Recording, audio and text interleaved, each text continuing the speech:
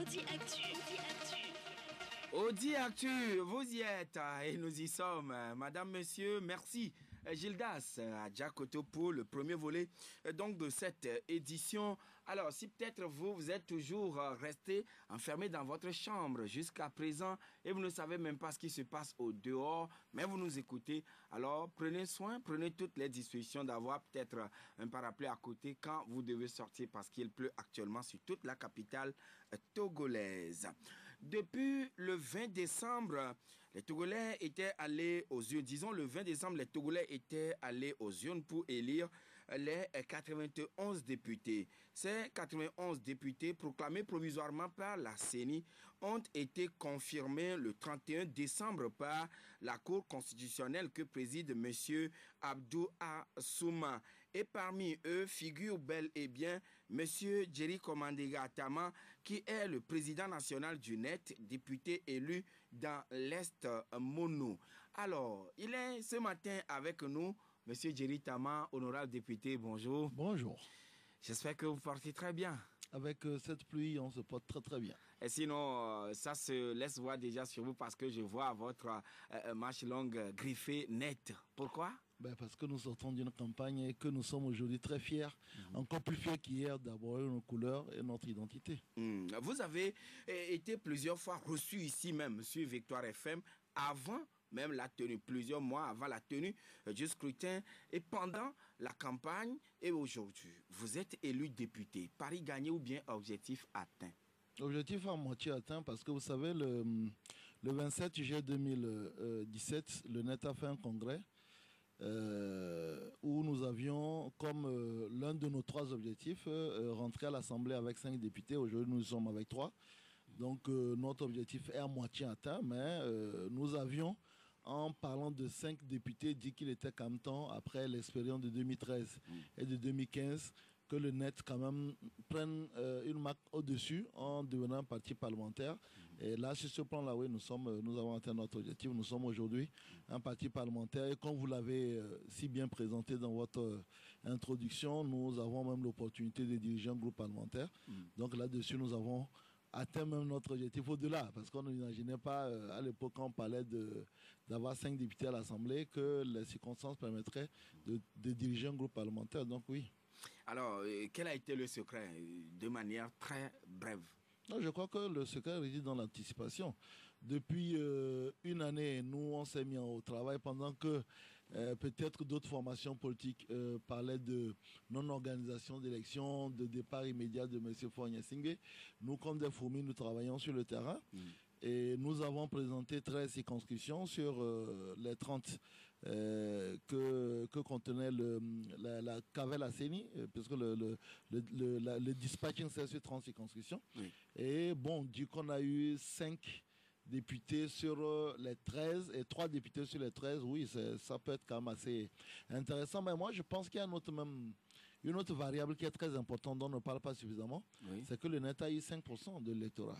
Vous avez eu 5%, 5% de l'électorat. De l'électorat. Donc ça, c'est... Moi, je m'attarde beaucoup plus sur les 5% de l'électorat, qui est quelque chose de plus significatif que sur les 3 députés, même si les 3 députés sont quelque chose d'assez important. Mais je retiens quand même que pour une élection, nous étions présents dans 13 circonscriptions sur 30. Dans les 5 régions, certes, nous avons quand même réussi à avoir 5% de l'électorat. Ce qui veut dire que quasiment dans toutes nos circonscriptions, nous avons fait des résultats. Ce qui, en les combinant, nous permet d'avoir les 5%. Donc, s'il y a une grande satisfaction à avoir, c'est beaucoup plus ces 5% de l'électorat sur lesquels on peut... En termes de suffrage que vous avez obtenu à l'issue de toute l'élection. Voilà, sur lesquels on peut capitaliser pour le futur. Oui, mais quand même, est-ce que le boycott, disons, la non-participation de la C14 à cette élection vous a plus ou moins favorisé aussi? Je ne crois pas.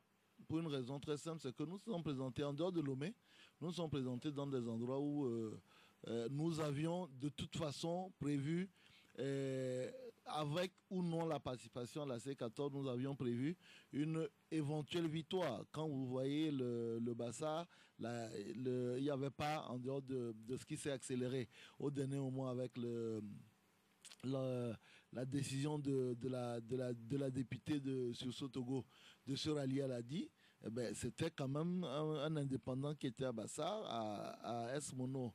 C'était M. Dumont qui n'est pas de la C14 et uniquement à Lomé, on peut dire que à Lomé, mais à Lomé, les débats ont toujours été ouverts eu égard au nombre de députés, donc nous ne pensons pas que la participation non de la C14, quand vous prenez les 3 endroits où nous avons gagné, c'est des endroits où nous nous sommes présentés traditionnellement, c'est des endroits où notre résultat reflète le travail qui a été fait durant 2 ans, depuis 2016, et en réalité, je ne pense pas que ça aurait été différent que la C14 y participe ou pas. Maintenant, je ne dirai pas la même chose pour les autres partis puisque je ne suis pas comptable de cela. Ici, vous êtes net, voilà. vous représentez le net. Mais quand même, M. Djerit, encore répondez-vous à ceux qui estiment que les députés de la 6e législature ne sont pas issus de la libre expression de la population dans les urnes, mais plutôt, ils ont été nommés. Ben, je trouve qu'il y a une incompatibilité d'avoir parlé de députés nommés. Un député est un élu. Donc, on ne peut pas parler de députés nommés. C'est-à-dire qu'il y a, sur le plan linguistique, une antinomie, il faut qu'il trouve autre chose. Hein, parce que quand on dit un député nommé, ça n'a pas de sens. Maintenant, après, vous savez, moi, je suis un légaliste. Je suis un politicien qui agit dans le cadre des institutions.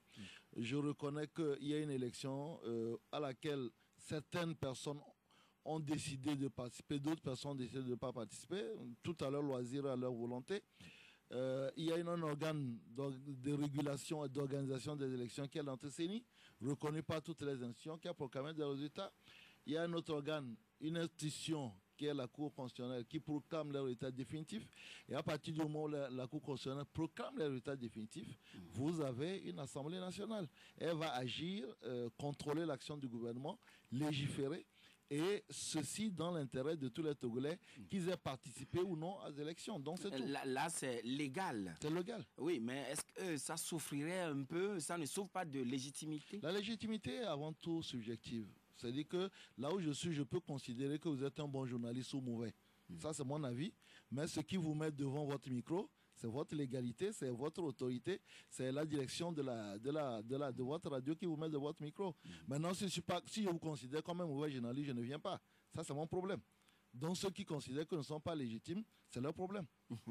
C'est leur problème. Mais comment expliquez-vous le fait que l'ancien président de l'Assemblée nationale, M. Abbas Bonfo, ait récusé, rejeté l'élection de votre candidat, disons le candidat du net dans le Bassar? C'est son problème. Comme je l'ai dit, CENI, Cour constitutionnelle. Donc, il y a une proclamation de résultats par la CENI. Il y a eu des contestations. Vous avez remarqué que des recours ont été faits en ce qui concerne, par exemple, le siège de Vaud pour le parti MPDD. Et la Cour constitutionnelle l'a donné. Ben, c'est tout simple. C'est-à-dire qu'en fait, je pense que la politique est une chose très sérieuse qu'on ne peut pas uniquement consacrer à nos zygomatiques et à nos humeurs. On ne peut pas se permettre de dire, bon, quand je me lève le matin, quand je suis content, j'écris quelque chose sur ma page ou ainsi de suite. Mais je suis libre d'écrire ce que j'écris sur ma page ou sur mon compte Twitter. Mais maintenant, comment est-ce que je le traduis dans la réalité, dans le fonctionnement des institutions, c'est de faire un recours. Si un recours qui est fait en ce moment-là, la Cour constitutionnelle, comme elle a pu le démontrer en ce qui concerne le recours de Vaud, en réalité, dans son droit. Maintenant, après, on peut ne pas être content des résultats d'une élection. Je peux vous dire que j'aurais pu écrire beaucoup de choses sur les résultats de ces élections, mais je ne le fais pas parce que je considère que ces récriminations jérémiades n'entrent pas dans le cadre de l'action de l'homme politique que je suis. Peut-être vous en avez eu pour votre compte déjà, c'est pourquoi vous vous êtes tué. Non, pourquoi vous savez, ou bien ce sont des jérémiades inutiles. Non, moi je suis quelqu'un de pragmatique. Si je peux apporter les preuves, comme l'UFC l'a fait en ce qui concerne le cas de Vaud, oui, j'apporte les preuves et puis j'emporte la décision. Oui, mais quand même, M. Abbas Bonfo n'est pas quand même quelqu'un de une moindre personnalité dans ce pays. Et puis, vous-même le savez, il a été président de l'Assemblée nationale, il a été président par intérim. Et s'il hausse le ton, pas hausser le ton, mais s'il porte des réserves vis-à-vis donc de l'élection de votre candidat, vous ne voyez pas quand même que il y a peut-être anguille sous roche. Non, ce qui me rassure, c'est que M. Abbas Bonfo vive encore. Et ce qui serait bien, vous êtes un journaliste téméraire, c'est peut-être lui tendre le micro pour qu'il étaye un peu le sens des accusations qu'il a portées. Nous aurions pu, dans ce genre de confrontation, nous aussi porter plainte pour des accusations qui étaient, pour le dire, il faut absolument le dire, maladroite. Mais nous considérons que nous travaillons pour le pays et que toute contestation doit se faire dans le cadre des institutions telles que les prévoit notre Constitution en saisissant la Cour constitutionnelle. À partir du moment où ça n'a pas été fait, je le dis encore, rien n'empêche un citoyen, même un ancien chef d'État qui peut-être n'est pas content des résultats définitifs d'exprimer sa position, mais je pense que pour le président de la République et surtout le président de l'Assemblée nationale il connaît les voies de recours et il était entièrement fondé de les saisir. Voilà. Revenons donc à l'Assemblée nationale où vous êtes une dame au perchoir. En tout cas, c'est vous, les élus du peuple de la 6e législature, qui avez fait cet exploit, une première dans l'histoire du Togo. Oui, c'est très bien. Oui, qu'est-ce qui a motivé cela en réalité? Non, je pense que, vous savez, il ne faut pas non plus qu'on se gargarise de grandes victoires. Nous ne sommes que 3 à l'Assemblée. Je ne pense pas que notre vote à nous tout seuls aurait permis à Mme Tchegan de siéger, mais je pense et j'ai toujours considéré que les femmes étaient sous-représentées dans les instances décisionnelles de notre pays et que la deuxième personnalité politique du pays, le deuxième personnage du pays soit une femme. Moi, j'en suis particulièrement fier. Je suis fier d'avoir contribué à ce vote-là. D'abord, c'est une femme, même si nous ne sommes pas de même bord politique, je pense que c'est une femme capable qui a un parcours assez exceptionnel. Et quand il s'est trouvé quand même que les députés apportent leur choix, je pense que c'est avec beaucoup d'émotion, de responsabilité que j'ai apporté le choix pour cette dame-là. Mais vous avez vu quand même que le bureau, à peu près en vertu de l'article 8, dit toujours que le bureau doit respecter la configuration de l'Assemblée nationale. Et vous avez vu que systématiquement à tous les postes, il n'y avait qu'un seul nom. Dans ça, il y a eu des discussions antérieures qui sont faites. Mais en tant que président du groupe parlementaire, j'ai donné ma rencontre tout de suite parce que je pense quand même qu'il est temps que les femmes montrent réellement leur valeur dans ce pays. Pas uniquement dans les marchés, dans nos maisons, dans le commerce, dans les associations, mais je crois que les femmes doivent être plus présentes dans les arènes politiques. Parce que vous imaginez, sur 91, elles sont que 15. C'est pas suffisant. Elles sont Nous sommes encore très loin de la parité. Donc, qu'on puisse, par l'exemple, mettre une femme pour peut-être inciter les femmes lors de la législature prochaine à mieux rentrer dans la politique. Je pense que c'est le meilleur témoignage qu'on pourrait faire à cette catégorie de notre personne, de notre société, qui, comme je l'ai dit, est sous-représentée dans Donc, à cœur joie, vous avez voté Mme Tchegan Yawa la dernière fois. Oui, bien sûr. Et oui, suite quand même à des tractations, des discussions en interne. Bien sûr. Alors, mais comment avez-vous pu vous permettre de modifier l'article 9 du règlement intérieur de l'Assemblée nationale en contradiction avec l'article 54 de la Constitution de 1992? Pourquoi je dirais entre guillemets, cette bêtise? Je rappelle d'abord, non, pas une bêtise, attention. Il faut respecter les députés. J'ai dit entre guillemets. Oui, mais même entre guillemets, bref, c'est pas grave. Disons qu'il y a peut-être un déficit de communication. La commission spéciale qui a été mise en place, à laquelle je participais, n'a pas modifié que l'article 9. Il y a une dizaine d'articles qui ont été modifiés, y compris l'article 9. Et je l'ai expliqué quelque part que l'une des raisons qui ont expliqué cette tentative de modification de l'article 9 était que dans la législature précédente, vous savez que le bureau était composé exclusivement des députés de UNIA. Parce que les discussions, il y avait moins d'ouverture qu'aujourd'hui, je dois l'avouer, et les discussions n'avaient pas permis à l'opposition parlementaire de rentrer dans le bureau. Parce que, en réalité, ils voulaient des choses qu'on ne leur a pas données, ils ont dit ils ne rentrent pas. Mais avec le temps, progressivement, en fait, les gens ont dit, finalement, on peut quand même s'arranger. Et l'article 54, prévoyant que le mandat du président du bureau couvre la période de la législature, il ne faut pas le faire. Donc, en réalité, la tentative, c'est que du moment où, dans l'article 54, on dit, en plus de la durée de la législature, mais dans les conditions fixées par le règlement intérieur, il nous a semblé qu'on aurait pu essayer de contourner la limitation rigide des 5 ans en prévoyant que toutes les années, éventuellement, au besoin, on pourrait remplacer les membres du bureau dans la législature dans les 5 ans. C'était une tentative. Parce que du moment où on faisait appel au règlement intérieur, nous nous sommes dit que peut-être les juges de la Cour constitutionnelle accepteraient éventuellement de faire cette ouverture. Mais est-ce que vous avez dit que vous ne saviez pas que c'est en contradiction flagrante même de l'article 54? C'est ce qui fait que le débat sur cette question-là, vous pensez bien, vous me connaissez depuis quelques années, je suis juriste comme beaucoup de personnes dans cette commission, nous sommes en mesure de lire un article. Je dis très bien que l'article 54 précise que le président du Sénat de l'Assemblée nationale sont élus pour la durée de la législature dans les conditions fixées par le règlement intérieur. Et que du moment où nous avions la possibilité de modifier les règlements intérieurs, nous nous sommes dit que pour régler ce problème-là qui s'est passé sur les législatures précédentes, nous allions tenter de dire du moment où même la limitation annuelle court la période de la législature, que le juge constitutionnel pourrait éventuellement comprendre l'esprit qui a animé cette tentative de modification. Et c'est ça qui traduit en réalité le bon fonctionnement des institutions. Nous avons tenté et la Cour a rejeté, tout simplement. Et normal. Donc, vous attendiez à ce qu'on ait 5 présidents en 5 ans à la tête de l'institution? Non, justement, vous savez, la limitation annuelle du mandat des présidents de bureau, c'est pas le Togo qui l'invente. Au Sénégal, c'est la même chose. En Côte d'Ivoire, c'est la même chose. Il y a beaucoup de pays qui l'expérimentent, mais c'est juste une possibilité, une éventualité. Aucune assemblée n'irait renouveler son bureau toutes les années. Jamais. C'est juste le fait de dire si pendant la durée de la législature, il y a des circonstances particulières qui nécessitent un renouvellement, au lieu de faire appel à l'article 15, qui est plus sanctionnant. Parce que dans l'article 15, démission ou censure, et la censure elle est violente psychologiquement, nous nous sommes dit, écoutez, si on arrive à préserver cette possibilité, ça ferait en sorte que, mais si vous avez une majorité, vous n'allez pas changer de président toutes les années. Oui, mais quand même, la censure ne tombe pas tout dru. C'est suite à des événements. La censure est une sanction. Maintenant, le fait, pour éviter la sanction, s'il y a une rotation, la rotation ne veut pas dire que toutes les années vous élisez un nouveau président de l'Assemblée. Après que dans les pays où ça existe, ils n'élisent pas un nouveau président toutes les années, ça ne sert à rien. Parce qu'on fragiliserait le fonctionnement de l'Assemblée, ne serait-ce que ça. Je ne veux même pas parler du côté budgétaire. On fragiliserait le fonctionnement de l'Assemblée. Quelle Assemblée peut se permettre d'avoir un président qui sait qu'il a juste une année à faire? Non. Donc ce n'était qu'une éventualité.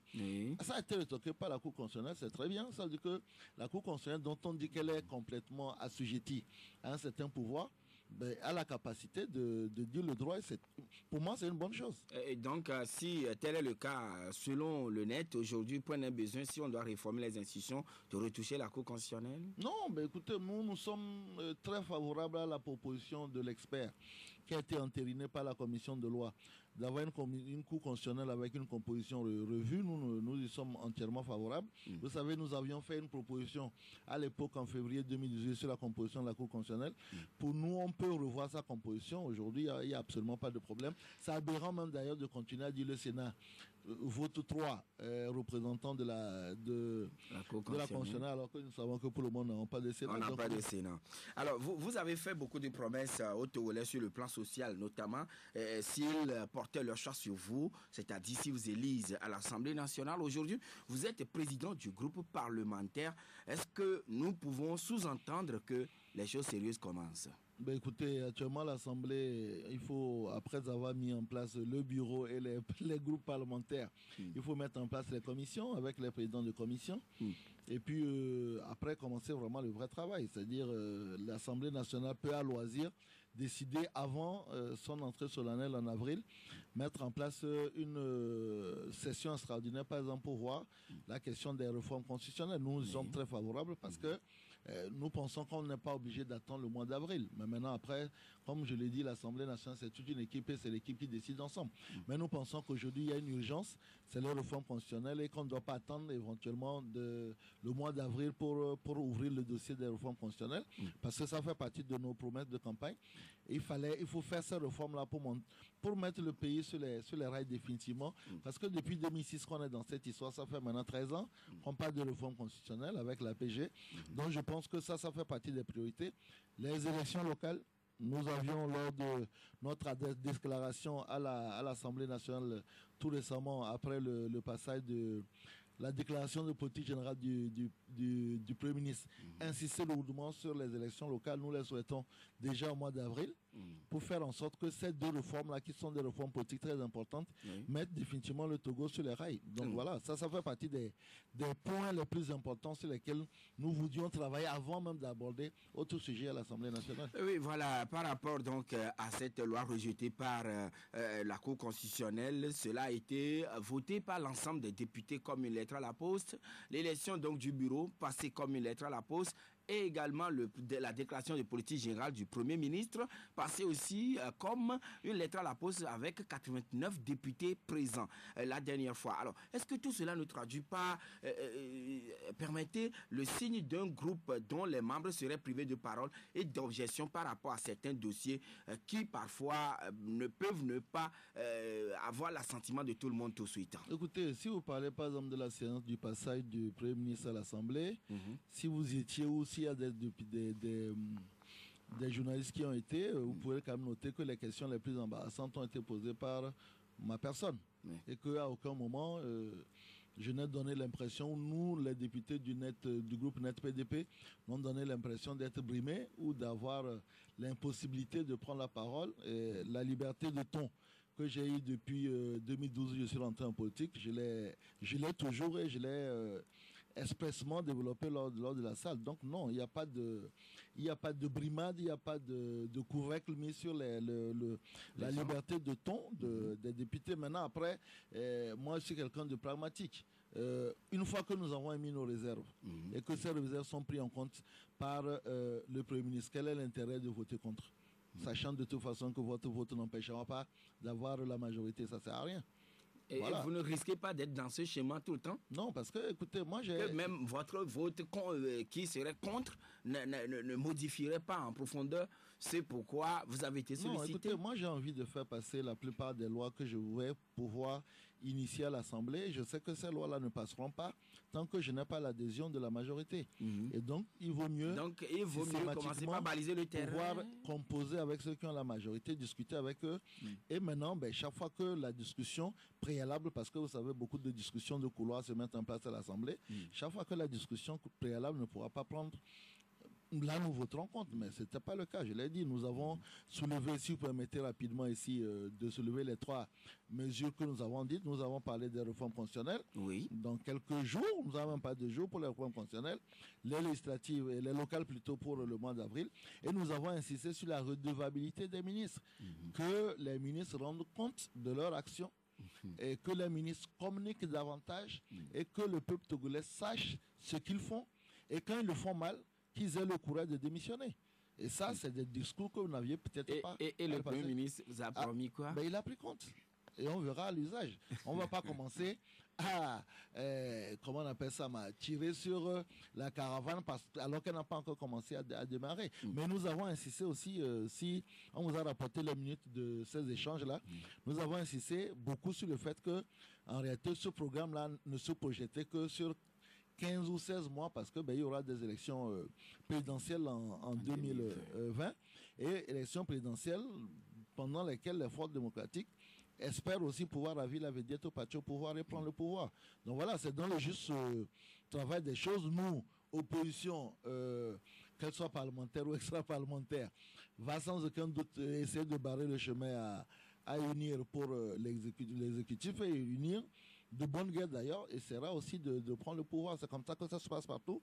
Et nous considérons que une fois que nos observations ont été prises en compte, pas bravitude, c'est bien de dire ouais, on vote contre, c'est joli.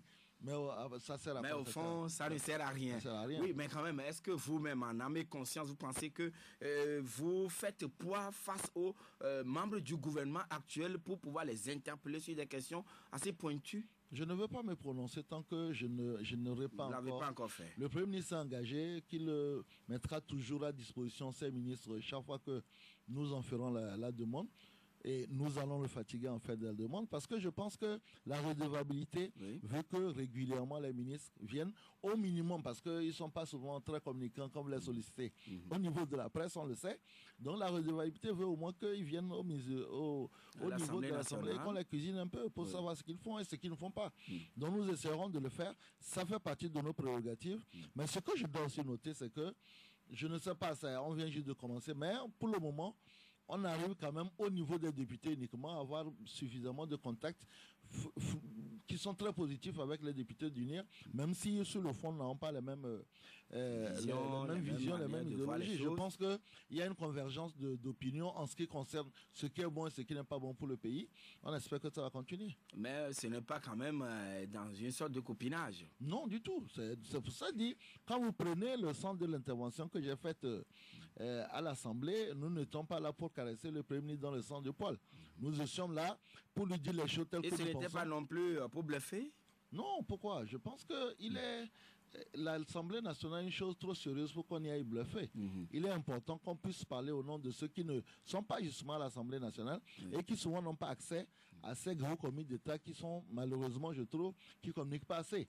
Donc là où ils ne peuvent pas venir peut-être ici, m'asseoir à votre place et communiquer, nous, on peut leur faire parler là. Et puis, comme nous sommes beaucoup plus accessibles, vous pouvez nous inviter pour qu'on puisse parler indirectement à leur nom ici. Est-ce qu'il y a déjà des contacts en catimini par rapport aux réformes? Puisque, entre-temps, au lendemain donc, du scrutin, nous vous avions reçu ici au téléphone. Vous nous disiez quand même que votre souhait serait que d'ici fin mars, les réformes soient opérées. Non, sur le calendrier de l'Assemblée nationale, maintenant, il faut mettre les commissions. Elles ne sont pas encore mises en place. Une fois qu'elles ont été mises en place, je suppose que la commission des lois va hériter du dossier de l'ancienne commission des lois et à partir de là, le travail se fera en commission et c'est en ce moment-là qu'on verra si on peut avoir des convergences de point de vue. Pour le moment, on ne peut rien dire parce que on ne sait même pas encore qui est dans cette commission. Mais je pense quand même que l'ensemble des Togolais, l'ensemble des députés de la majorité, comme de l'opposition, sont convaincus qu'il faut rapidement aller à des réformes constitutionnelles pour libérer en réalité l'esprit des Togolais de cette contingence-là et s'occuper d'autres choses. Il y a énormément de lois sociales. Il faut que, comme on l'a dit, les députés légifèrent, mais surtout contrôlent l'action du gouvernement pour faire en sorte que ce qui est déjà, vous savez, au Togo, le problème, ce n'est pas un problème de texte. Nous avons beaucoup de textes, c'est leur application. Des très beaux tests. Voilà. Donc, pour faire en sorte que les textes et leur application et que ceci soit dans le bénéfice des peuples togolais. Mais Monseigneur Philippe Fanoko Bodro n'est pas totalement d'accord avec l'Assemblée nationale actuelle et il dit que cela ne reflète pas, autant pour moi, toute la représentation nationale et que vous n'auriez pas probablement les coups de franche afin de pouvoir faire les choses et résoudre la crise. Vous savez, nous sommes dans un pays de droit où la liberté d'opinion est consacrée. Je respecte beaucoup l'avis de Monseigneur. Tout ce que je lui dirais tout simplement, c'est de nous donner le temps et on verra exactement si le travail de cette législature sera meilleur, si le rendement de l'opposition parlementaire sera meilleur à celui de l'année dernière. Je note déjà que dans cette première législature, l'opposition parlementaire présente dans le bureau, ce qui n'était pas le cas. Et ça veut dire qu'il y a de meilleurs contacts. Et j'espère que vous avez un vice-président, un questeur, un secrétaire parlementaire qui sont de l'opposition parlementaire, qui vont peser sur les décisions. Je suppose qu'on a déjà 2 groupes parlementaires qui sont de l'opposition et un de UNIR. Et là, UFC et puis NET, PDP, c'est ça? Voilà, et ensuite on verra par rapport aux commissions. Donc ça veut dire qu'à la conférence des présidents, il y aura plus de responsabilités. On verra tout simplement. Je ne veux pas vendre la lousse avant l'avoir tuée, la peau de l'ours avant l'avoir tuée. Peut-être même à la limite, au bout d'une année, on peut commencer à juger notre efficacité. Je ne dis pas qu'on sera efficace, mais je dis qu'on fera tout pour être efficace. Oui, donc là, on dirait, vous avez une sorte d'épée de Damoclès sur votre tête aujourd'hui par rapport aux réformes. Oui, non, c'est un engagement. Je pense que tout le monde aujourd'hui. Puisque Monseigneur Bodro le réclame également, il invite instamment à la réalisation des réformes constitutionnelles et institutionnelles. Oui, mais bon, maintenant, il faut savoir ce qu'il veut. S'il considère que nous avons la légitimité, il nous laisse faire les réformes. S'il considère que nous n'avons pas la légitimité, il confie la réalisation des réformes à une autre entité. S'il pense que nous avons la légitimité, que nous pouvons faire les réformes, en ce moment-là, il ne nous conteste pas cette légitimité-là, il nous laisse faire les réformes. C'est ce que nous voulons faire. Parce qu'on ne peut pas faire une chose de son contraire. Soit l'Assemblée a la légitimité, la légalité déjà, et elle fait les réformes, ou bien alors on n'a aucune légitimité, alors il faut aller demander à une autre assemblée qui aurait éventuellement la légitimité de faire les réformes. Ce que je dois dire aussi, c'est que Écoutez, aujourd'hui, durant les 5 ans à venir, cette Assemblée-là va produire des lois et ces lois-là vont s'imposer aux Togolais. Parce que c'est l'Assemblée nationale du Togo. Et ce que moi je demande, mais je le dirai sans aucun doute en conclusion, c'est justement que les Togolais alimentent les députés qui sont ouverts comme nous, en idées, en propositions, en informations, pour qu'on puisse être efficace à l'Assemblée. Parce qu'il n'y a pas d'autre Assemblée. Il n'y a qu'une seule éventualité, c'est que, écoutez, si en 2020, quelqu'un d'autre gagne les élections, qui puisse éventuellement dissoudre l'Assemblée. Mais ça, c'est... Et organiser des élections législatives anticipées. Voilà, et ça ne pose pas de problème. Oui, mais quand même, M. Djeri Tama, en âme et conscience, est-ce qu'aujourd'hui, avec cette élection et cette nouvelle législature, la crise togolaise est résolue? Non. Parce que depuis les années 60, la crise togolaise n'a jamais été résolue. Il y a un problème qui est au Togo, c'est que certaines personnes considèrent que tant que nous n'avons pas le pouvoir, mais des deux côtés, des deux blocs, tant que ce n'est pas nous qui sommes au pouvoir, c'est que le pouvoir est usurpé. Donc tant qu'on sera dans cette configuration, la crise togolaise sera toujours persistante. Demain, si l'opposition, que ce soit Djeri Tama ou quelqu'un d'autre, prend le pouvoir des mains d'unir, et je suis sûr que beaucoup de députés ou bien politiciens d'unir vous diront que le pouvoir est usurpé. Donc voilà, il faut une maturité. Il faut que les hommes politiques deviennent réellement des hommes d'État pour qu'on comprenne que quelle que soit la personne qui est au pouvoir, c'est le Togo qui gagne. Ah oui, c'est le Togo qui gagne. Mais malheureusement, au Togo, pourquoi considère-t-on que si c'est X qui est au pouvoir et ce n'est pas Y, il y a problème parce que c'est moi, normalement, qui doit être là-bas et non l'autre? Il faut aller rechercher dans notre histoire. D'accord, et nous allons revenir tout à l'heure après la pause. Actu, c'est du lundi au vendredi de 7h à 8h20 sur Victoire FM. Retour en studio avec notre invité, le président du groupe parlementaire NET PDP à l'Assemblée nationale. Il est également président national du Nouvel Engagement togolais, M. Djeri Tama. Ce qui fait couler la salive et l'encre ces temps-ci, c'est cette affaire du franc CFA. Et c'est l'Italie qui épingle la France d'appauvrir les pays africains, y compris mon pays, le Togo, à travers cette affaire de franc CFA. Qu'est-ce que vous en pensez? Écoutez, d'abord, c'est que je considère que ce sont des luttes entre puissances. L'Italie savait depuis longtemps que le franc CFA existait. Aujourd'hui, on a un parti qui est plutôt considéré d'extrême droite, qui est monté en puissance en Italie et qui aujourd'hui considère que la France est responsable du flux migratoire. Voilà. Mais moi, j'ai fait une sortie là-dessus. D'abord, il faut considérer 3 éléments. Le premier élément, c'est que le franc CFA, c'est 14 pays sur les 55 en Afrique. Les 14 pays représentent à peu près 14% de la population africaine. Donc, ce n'est pas uniquement le franc CFA et les 14 pays qui représentent l'ensemble de l'Afrique. Ce que veut dire, quand vous prenez les pays qui envoient le plus grand nombre de migrants en Europe, le premier c'est le Nigeria, vous avez après le Soudan, vous avez le Sénégal, vous avez la Côte d'Ivoire, vous avez la Gambie, vous avez l'Érythrée, et sur les 7 que je vous ai cités, vous en avez 2. Je ne suis pas en train d'attention parce qu'il faut, sur le franc CFA, il faut être très mesuré. Je ne suis pas en train d'apporter mon onction au franc CFA. Je pense que plus de 60 ans après les indépendances, il n'y a pas de raison à ce que une monnaie africaine soit arrimée au trésor français. Je pense qu'il est temps aujourd'hui que nous fassions comme beaucoup d'autres pays, que nous ayons notre propre monnaie, encore que vous allez même trouver que la plupart des États qui ont leur propre monnaie finissent par les imprimer même dans les pays européens ou chinois. Donc quand on parle de souveraineté, il faut parfois le nuancer. Mais il n'en reste pas moins que l'accusation, elle est sur ces 2 points-là que je vous ai présentés, fallacieuse. Parce que Non, il s'agit d'une récupération que l'Italie devrait faire. Parce que, je le dis, il y a 14 pays sur 55. Oui. Et donc, ça fait à peu près 25% des pays africains qui utilisent le franc CFA. Donc, 25% ne représentent même pas la majorité. Oui. Et en termes de population, ça fait 14% de la population africaine qui utilise le franc CFA. C'est encore très bas. En termes de PIB, ça fait 12%. C'est-à-dire que les 14 pays ne représentent que 12% du PIB de l'Afrique. Donc 12% du PIB Afrique ne peut pas être considéré comme le seul élément qui contribue à la paupérisation de l'Afrique. Oui, mais vous êtes d'accord quand même que les pays africains, notamment de la zone franc, puissent avoir leur propre monnaie? Oui, bien sûr. Je pense que ce qu'il faut qu'on se dise... Oui, mais qu'est-ce qui va pousser à en arriver là? Aujourd'hui, avoir une monnaie communautaire, parce que nos économies sont tellement faibles qu'on s'est rendu compte que tout pays avec une économie très faible qui décide de battre lui-même sa monnaie, souvent se met en péril. Mais aujourd'hui, je pense qu'on peut revenir à une monnaie communautaire qui peut être, même au lieu qu'on se soit qu'on ait d'un côté le franc CFA au niveau de l'Afrique occidentale et de l'autre au niveau de l'Afrique centrale, qu'on puisse avoir un franc CFA ou bien quel autre nom que vous lui donnez.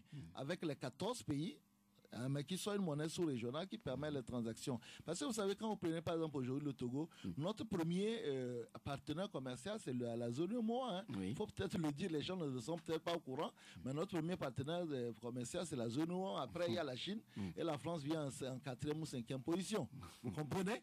Donc, en réalité, ce qui serait intéressant, c'est que nous ayons une monnaie sous-régionale. Et quand nous aurons cette monnaie sous-régionale, elle échappe aussi à notre souveraineté. Parce qu'il faut savoir ce que nous voulons. Est-ce que nous voulons uniquement battre une monnaie togolaise ou nous voulons avoir une monnaie africaine? Moi, je pense qu'il faut aller à une monnaie africaine. Et quand vous aurez une monnaie africaine, de toute façon, elle va échapper à votre souveraineté. Maintenant, c'est l'arrimée avec l'euro que je trouve, pour moi, ne serait-ce que pour mon orgueil d'Africain, qui a eu son indépendance en 1960, incompatible. Maintenant, après, je trouve que si nous ne faisons pas cette monnaie communautaire, nous allons nous retrouver avec des taux d'inflation qui sont parfois difficiles à gérer. Vous avez vu le cas de la RTSD, RDC, du Zimbabwe et de beaucoup d'autres pays, même de la Guinée ici, qui ont certes décidé de récupérer leur monnaie, mais après, les économies ne se trouvent pas arrangées pour autant. Il y a une chose qu'on doit... Et donc, forcément, du moins, c'est une monnaie communautaire. Pour moi, je pense qu'il faut aller à une monnaie communautaire. Qu'on peut appeler EGA. Moi, hier, je proposais qu'on l'appelle EGA, parce que chez nous, en Guinée, ça s'appelle EGA. En Naudum, c'est Loubiro, Biancabie, Lidier, je m'en fous, quel que soit le nom qu'on lui donne. Mais qu'on ait une monnaie communautaire sur laquelle, parce que nos économies sont encore trop faibles. Mais après, il y a... En tout cas, c'est ECO qui sera le nom qui voudrait bien attribuer. C'est pas un problème. Mais le problème, c'est que si vous n'avez pas une bonne orthodoxie financière, vous allez vous trouver comme on le voit en RDC, en Zimbabwe, dans beaucoup de pays, où on n'a rien de temps en Guinée, où votre monnaie ne sert à rien, on prend une brouette de billets de banque pour aller acheter un morceau de pain. Ça, si vous n'avez pas une orthodoxie financière, si vous n'avez pas une gouvernance, si vous n'avez pas une vraie lutte contre la corruption, vous allez avoir votre monnaie, c'est bien, mais en un rien de temps, vous avez aujourd'hui des pays en Afrique où c'est le dollar qui s'utilise. Parce que les gens comprennent que ça ne sert à rien d'utiliser la monnaie locale et le dollar qui est une monnaie quand même... très fixe et stable. Voilà. Donc c'est ça ce que nous sommes en train de dire, qu'il ne suffit pas de dire que sortons du franc CFA. Tout le monde, enfin. Moi, en tant que politicien, je voudrais bien qu'on sorte de cet arrimage-là. Mais l'arrimage ne veut pas dire forcément qu'on supprime la monnaie communautaire parce que nos économies aujourd'hui sont trop faibles. Sont trop fragiles également. Oui, mais quand même, toujours sur le plan international, un problème se pose. Aujourd'hui, pas un problème en tant que tel, mais en Côte d'Ivoire, Guillaume Soro doit démissionner. C'est le président de la République qui l'a dit au cours de sa rencontre avec la presse il y a 3 jours en Côte d'Ivoire. Écoutez, vous savez, on en parlait tout à l'heure au niveau de l'Assemblée nationale. Si vous avez été porté comme président avec une majorité et à un moment vous n'êtes plus avec cette majorité, vous démissionnez. Voilà, parce que soit vous ne démissionnez pas et vous vous retrouvez dans une situation de confrontation, ou alors, je parlais tout à l'heure de l'article 15 en ce qui concerne notre règlement intérieur, vous subissez la rigueur d'une motion de censure. Ce qui est, je l'ai dit, très violent psychologiquement et ce qui souvent traduit un problème plus important. Donc je crois qu'aujourd'hui tout le monde reconnaît que si vous avez été porté par une majorité, que vous ne partagez plus cette majorité, vous démissionnez. L'honnêteté voudra que... Rien ne vous empêche de remettre en jeu votre mandat, si tant est que vous pensez que vous avez suffisamment séduit les députés pour qu'ils fassent abstraction des consignes de parti et qu'ils vous votent en fonction de ce que vous faites. Dans le schéma actuel où Guillaume Soro affiche clairement ses opinions qui sera candidat, est-ce que M. Alassane Ouattara ne serait pas tenté également de remplir les points 3e? Le M. Ouattara a dit une chose qui m'a paru très importante il y a de cela une année, qu'il était temps que eux bon, il a environ 80 ans, qui lâche le terrain pour les plus jeunes. J'espère qu'il honorera son engagement, d'autant plus qu'aujourd'hui, la Côte d'Ivoire est la locomotive de la zone UEMOA et que nous avons besoin d'une Côte d'Ivoire stable. J'ai suivi quelques éléments de son congrès. Il a beaucoup de fils putatifs qui sont aussi, je pense, qualifiés que lui. Et j'espère qu'il pourra quand même penser à passer les rênes à ses fils. Oui, mais l'autre poids lourd, Laurent Gbagbo, s'il arrivait qu'il soit totalement blanchi dans cette affaire et puis il revient en Côte d'Ivoire, est-ce que M. Alassane Ouattara ne serait pas forcément obligé de briguer un nouveau mandat? Non, je pense qu'on a aujourd'hui un conflit générationnel. Je pense que, vous savez, la Côte d'Ivoire, comme le Togo, a près de 5% de sa population qui est jeune. Et je crois que tous ces dirigeants-là comprennent quand même qu'il faut passer la main. Je n'imagine pas un Gbagbo revenant voulant reprendre le pouvoir, comme je n'imagine pas M. Ouattara voulant rempiler. Il faut transférer ce combat-là à des plus jeunes qui peuvent le faire avec la même pénétration, avec la même acuité. Ça ne me dérange pas, mais bon, je crois que les Ivoiriens ont compris, j'ai été, vous savez, casse-boulet en Côte d'Ivoire, les Ivoiriens ont compris la nécessité de préserver un climat de paix pour ce pays-là. Nous allons permettre aux auditeurs de pouvoir poser des questions sur le 22 21 80 99. Monsieur Bozambo, vous êtes en ligne avec nous, allô? Monsieur Bozambo, en direct avec nous, bonjour. Oui, allô, bonjour. Oui, nous vous écoutons, Bozambo. Ok, bonjour à notre invité. Bonjour, Bozambo. Ok, j'aimerais poser quelques questions. Ce serait très intéressant. Oui, ok. Et j'aimerais poser que nous avons appris que c'est vous qui commandez les gaz lacrymogènes au Togo. Est-ce que le projet est dans votre main maintenant ou bien on l'a retiré? Merci. D'accord. Bien noté, si c'est M. Djeri Tama qui fait la commande des gaz lacrymogènes. Monsieur Ali, bonjour. Bonjour, monsieur Jossin. Oui, nous vous écoutons, monsieur Ali. Bon, dis votre invité que on le salue avec plaisir. Bonjour. Bonjour. Nous sommes de la société civile. Nous avons observé l'élection du 20 décembre dans la région des Savanes. Et nous avons pris acte. Et nous avons fait une déclaration à la radio Victoire. Mais le chef de l'État a offert les 20% des marchés publics aux jeunes et femmes. Mais de lutter pour que ces conditions, la femme passée, un jeune, dit que le président des jeunes de quoi là, j'ai posé une question, ma réponse qu'il m'a donnée n'était pas satisfaite. De lutter que ces 20% des marchés publics à l'Assemblée nationale pour que ces jeunes ne pourront pas, aux soumissions d'appel d'offres, ils ne fournissent pas des cautions de soumission, ni même micro-projet, parce que quand ces jeunes s'envoient, tout dernièrement, le PIS aura lancé plus de 160 lots. Mais ils demandent que la caution, chaque lot, faut donner 100 000 francs de caution de soumission. Les microfinances demandent les titres fonciers.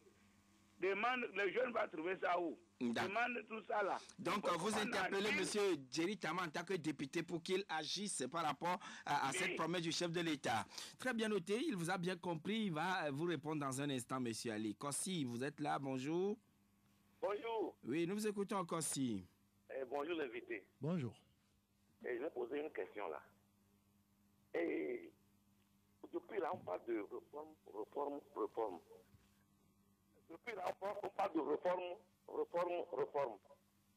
Et jusqu'à ce que l'IFC est rentré avec le ministre pour faire une réforme, mais ça n'a pas pu faire. Les députés qui viennent de partir, là, ils sont nommés par les Togolais. Ils ont fait, ils n'ont pas réussi. Maintenant, vous, les députés qui sont venus, et vous pouvez faire notre réforme alors que vous êtes nommés par le gouvernement de venir, vous pouvez réussir notre réforme là. Il s'est expliqué par rapport à la question de la nomination des députés. Il disait que c'est antinomique, mais il va revenir tout de suite s'il pourrait avoir maintenant les coups de franche afin de pouvoir opérer ces réformes et que ce soit à leur actif au niveau de la 6e législature. Pélé, bonjour. Bonjour. Oui, nous vous écoutons. Honorable, bonjour. Bonjour. Oh oui, bon, en temps, vous êtes arrivé chez M. Jachin là-bas. Vous avez posé la question, est-ce que vous irez aux élections sans réforme? Vous avez dit non. Mais aujourd'hui, vous avez gagné le pari. partir. Maintenant, avant vous critiquez des gens à l'Assemblée qu'ils ont augmenté leur salaire, ils sont partis là-bas seulement pour augmenter le salaire. Aujourd'hui, ça vous profite. Est-ce que vous allez diminuer le salaire là en tant que député là-bas? C'est Pelé qui posait la question par rapport au salaire des députés. Nous allons prendre le dernier intervenant que Messin Haïté nous annonce. Allô? Oui, bonjour, Joachim. Oui, bonjour, monsieur Lawson. Ah. Je salue votre invité. Bonjour. Je ne sais pas si je vais le gratifier d'honorable, parce qu'à vaincre sans péril, on triomphe sans gloire. Mais j'ai beaucoup de respect pour sa personne. Moi, je voulais toucher son côté CFA. Vous savez, on sait que la totalité des migrants ne sont pas partis de la zone franc. Oui. Mais au lieu de dire que je ne suis pas seul, mieux vaut dire que je ne suis pas dedans. Mais je pense que l'Italie a bien vu la chose. Hein, la CFA, je ne vois pas vraiment pour notre indépendance, quoi que soit ce que ça peut nous coûter, de continuer à naviguer avec cette monnaie coloniale désuète. Merci beaucoup, monsieur Lawson. Et donc, il vous répond, il apporte son éclaircissement tout de suite. Alors, monsieur Jerry Tama, mieux vaut dire que je ne suis pas dedans que de dire je ne suis pas seul. Non, écoutez, je dis que moi, je suis pour la sortie du franc CFA. Mais je dis que je ne veux pas non plus que nous soyons instrumentalisés dans une bataille de puissance. C'est pas maintenant que l'Italie découvre qu'il y a des migrants. Donc aujourd'hui, ou bien que le franc CFA existe. Et jusqu'à déchirer le franc CFA, c'est une mise en scène tout simplement pour régler leur compte, qui règle leur compte sans nous, tout simplement. Moi, je suis pour la sortie du franc CFA. Encore peut-être que je l'ai dit tout à l'heure qu'il y a une orthodoxie financière derrière pour ne pas se retrouver comme des pays qui ont des monnaies qu'on prend par valise. Vous avez été un ancien officier supérieur de l'armée togolaise. Officier subalterne. En tout cas, ancien officier de l'armée. Oui. Alors, c'est vous qui achetez les gaz lacrymogènes pour le Togo? Non, c'est une accusation fallacieuse produite par M. Folis Achivi, pour qui je continue à réclamer la libération, parce que ça fait toujours bien de parler de Jerry Tama, mais j'ai jamais fourni d'équipement militaire ni de gaz lacrymogène. Il faut aussi dire que les gaz lacrymogènes sont dans la répression légale des moyens de contrôle de foule. Et que si aujourd'hui j'obtenais un marché, je le prendrais. Il n'y a pas de souci. Malheureusement, je n'ai pas ce marché-là. 20% des marchés publics à octroyer aux jeunes, mais la caution exigée est trop forte selon M. Ali, que vous, députés, vous devez y travailler. Non, c'est beaucoup plus. Il faut qu'on trouve des garanties, parce que sur le fond, 100 000 francs pour un entrepreneur, ce n'est pas excessif. Mais maintenant, c'est qu'il faut trouver un contrôle. Par l'eau, a-t-il dit. Oui, mais c'est qu'il faut qu'on trouve un moyen pour encadrer, pour accompagner ces jeunes-là. Peut-être par une garantie, que ce soit souveraine, au niveau des banques, pour que les banques puissent libérer ces fonds-là, tout simplement. Mais on va essayer à télé. Là où les autres ont échoué, est-ce que vous allez réussir la 6e législature par rapport aux réformes? On verra. Je vous ai dit, donnez-nous 6 mois pour les réformes constitutionnelles. On verra si dans 6 mois, on fera les réformes constitutionnelles ou pas. En ce mois-là, vous m'invitez ici.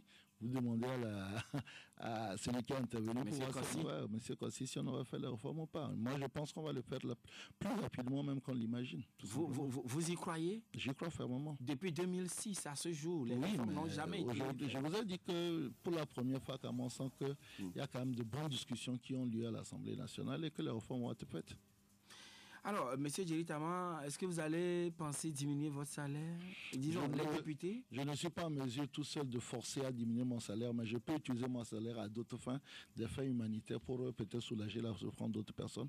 Ça, je peux le faire. Et donc là, vous jouissez quand même de ce que les autres ont fait, vous ont laissé, vous ont légué. Je dis, si j'aurais été à la place, à l'époque, j'aurais été contre. Maintenant que ça existe, je peux utiliser ce salaire-là pour des œuvres sociales. De façon, je les faisais autrefois sans avoir de salaire. Et donc, je pense qu'elle va être amplifiée, tout simplement. Alors, M. Jerry Tama, avant d'être député, vous êtes acteur politique. La coalition encore dans les rues, beaucoup de Togolais encore en détention. Qu'est-ce que vous avez à dire? Pour les Togolais en détention, il faut vraiment se battre pour que ceux-ci recouvrent leur liberté. La croissance dans les rues, vous avez vu quand même que la précédente manifestation n'a pas réellement mobilisé. C'est un signal fort qu'on nous dit. Ça ne veut pas dire que les frustrations effacées n'existent plus. Elles sont là. Mais je pense que c'est leur mode d'expression qu'il faut revoir. Et je pense que ce signal que le peuple togolais... Parce qu'il y a une sorte de boycottite maintenant. C'est-à-dire que le peuple togolais boycotte tout. Et donc je pense qu'il y a un signal qui est en train d'envoyer aux acteurs togolais, à nous de tirer les conclusions. Et donc, on doit compter sur les députés de la 6e législature. Et surtout le groupe parlementaire net PDP. Merci, M. Thierry Tandem. Merci. Et c'est fini, merci. Merci à IT pour l'accompagnement technique, madame, monsieur. Alors, vous allez retrouver tout à l'heure Jacob Hama NSI Nakogo pour le journal La Neve à 13h. Nous serons là, tout comme à 18h. Bonne journée à toutes et à tous.